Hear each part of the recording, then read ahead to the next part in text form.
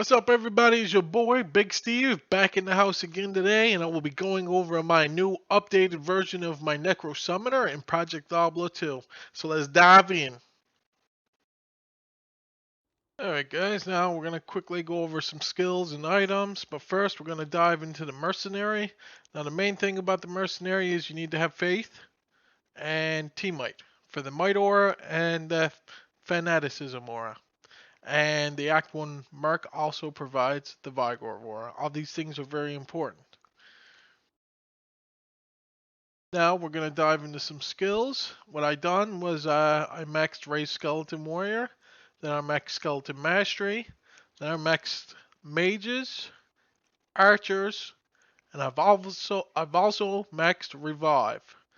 I put 1 point into Golem Mastery, 1 point into Blood Golem, 1 point into Desecrate to help with the summonings and with the revives, very helpful. And when I get that, also 1 point into Amp and 1 point into Curse Mastery. Now my next couple levels, I'll be putting 1 into Teeth and 1 for Bone Armor. And Strength, you just use whatever you need required to wear your gear, and Vitality, max that shit. Now we're going to quickly go over the items, and we'll start with the Grave Palms. I have Slam 10 FCR Grave Palms, but mainly this is for the Wonder Summoning skills. You can use whatever slime you want, it's not a big deal. Then we have the Wisp Projector, and we use this for Heart of the Wolverine, helps your minions out a lot. We also use Arachnid's Mesh for the Wonder skills, and FCR can help. Stone of Jordan for the Wonder skills, some mana and All-Res Slam, a little bit of help.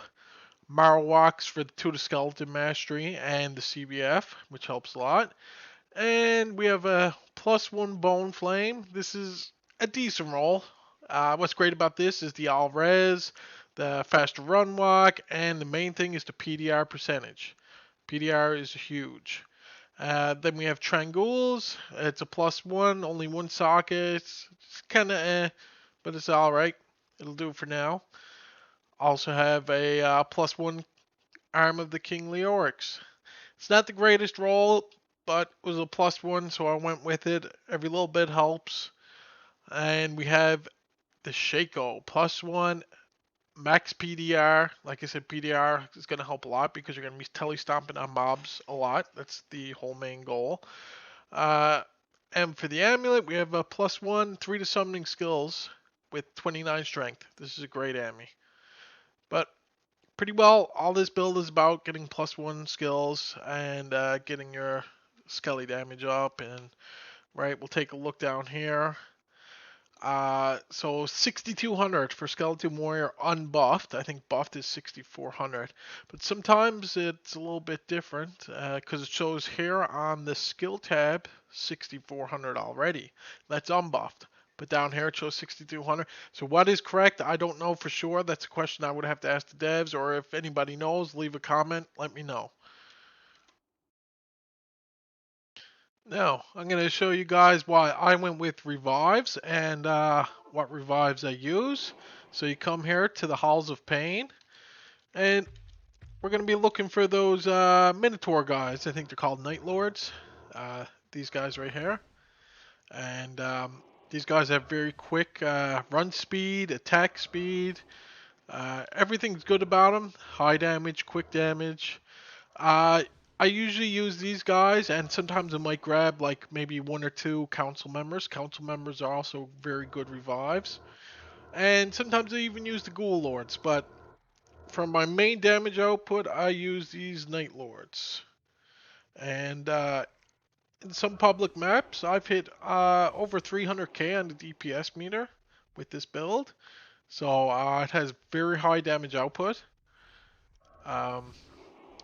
The only downfall about summoning Necro is having to go summon your summons every new game. That's the only downfall and the only thing I hate about summon Necro. It can be a pain in the ass sometimes, but I'm going to show you guys maybe a Diablo kill, maybe a Bale kill, and maybe we'll run through a map. Alright, I'm going to show you guys the Diablo kill. I always like to show some boss kills just to show how powerful some classes can be.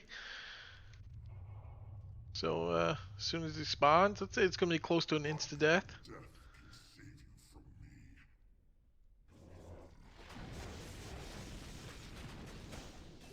It's pretty quick. Oh, and we found a pair of Marowaks. Nice. Alright, let's hop on to the next one. Alright, we're going to do the Bale kill. Let's get it done. Bale has a lot of health. Look at that. Just gone. Bam. Done. Come on. Let's hope for a BK ring. Cathins. Alright, I'm going to show you guys mapping. So let's dive into that and finish there. Alright guys, I'm going to do a pretty quick tier 3 map. Just okay density, nothing great. Now I do note the mobs will have 16% increased maximum life. Still shouldn't be a problem. So we're going to dive into this. Let's get started. Oh. I will note, you could just go like with skellies and golems. Oh.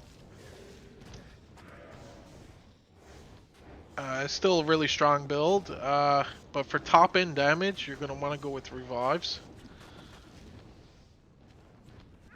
Just need to fill up before we get going. I'm going to pick stuff up. I'm not going to do a speed run.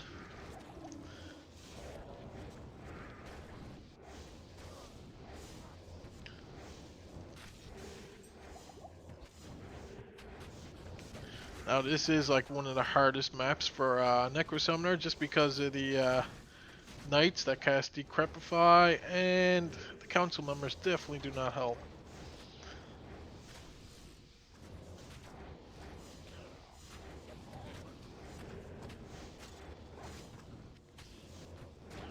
Now because I'm blood warping a lot, you do lose a lot of health. That's another dangerous part, but that's why I'm waiting to get bone armor, because when you're tele-stomping right on top of things, bone armor is a great first deflection. It can save you from dying a lot of times, actually.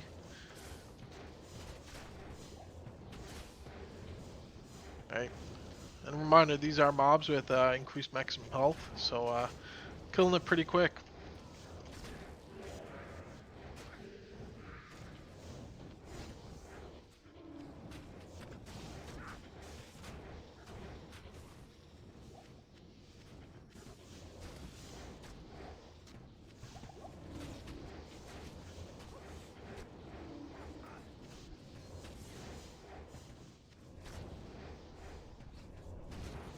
This is my new favorite build. Like I said, I have played the mage build, I've played just the skelly build. If you're pure high damage, this is the way to go. Like I said, once I get bone armor, it's going to be a game changer.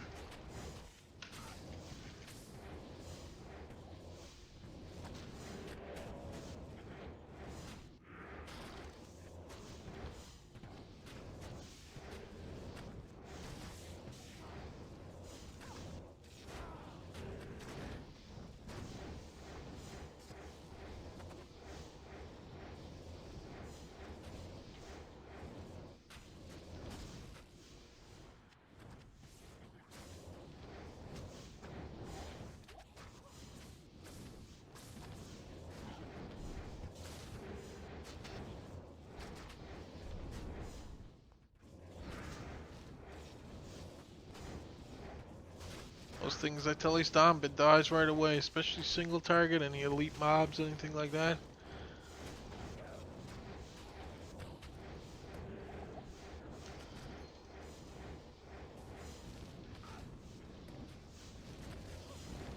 Watch, bam, tele-stomped him, died right away. Ooh, Vampire Fang Belt, nice.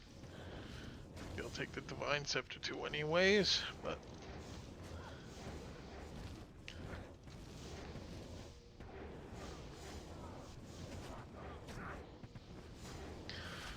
Another thing I hate about Blood Warp, like I said before, it's pretty glitchy. Sometimes you'll click it and it won't even work.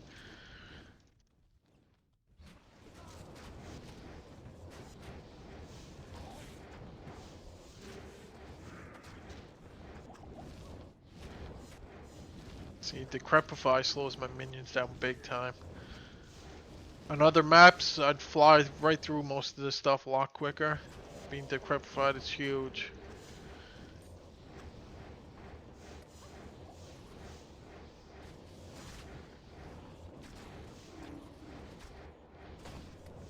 But anyways, you guys get the gist of it. Just tally around, keep some health pots going. That's pretty well it. Everything just dies.